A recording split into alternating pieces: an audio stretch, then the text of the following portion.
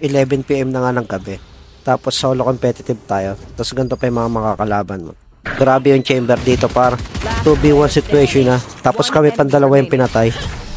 Batak na batak par. Tignan nyo naman yung gagawin sa akin dito. One tap lang. Sabog ang ulo. Tapos ginawa ko nga. Inabangan ko na siya dito. Tignan mo naman yung mangyayari par. Puro ulo na yung tama nun. Tapos ako pa yung pinatay. Sa mga ganitong player naman. Please lang. Huwag na kayo maglaro ng ganitong oras. Chill competitive lang naman yung hinahanap ko eh. Kaso ang nakukuha ko stress. Dapat yung mga ganito, natutulog na ng gantong oras eh. Hayaan nyo muna kami mga mahina. Rank ko nga pala dito is Iron 3 lang. Tignan mo naman yung kalabang ko par. Bulag na, tapos ako pa yung papatayin.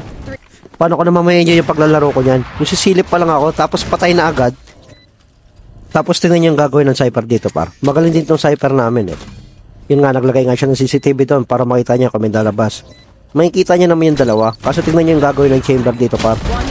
Papapatay niya nga yung Cypher dito. Tapos tignan mo naman par, yung gagawin ng chamber. Wasak. Sa mga ganitong player naman par, huwag naman kayong maglaro ng ganitong oras. Ganitong oras ako naglalaro eh. Paubayan nyo muna sa aming mga mahihina. Tignan mo yung score mo dito, 36-15. Maawa ka naman sa amin. Follow me.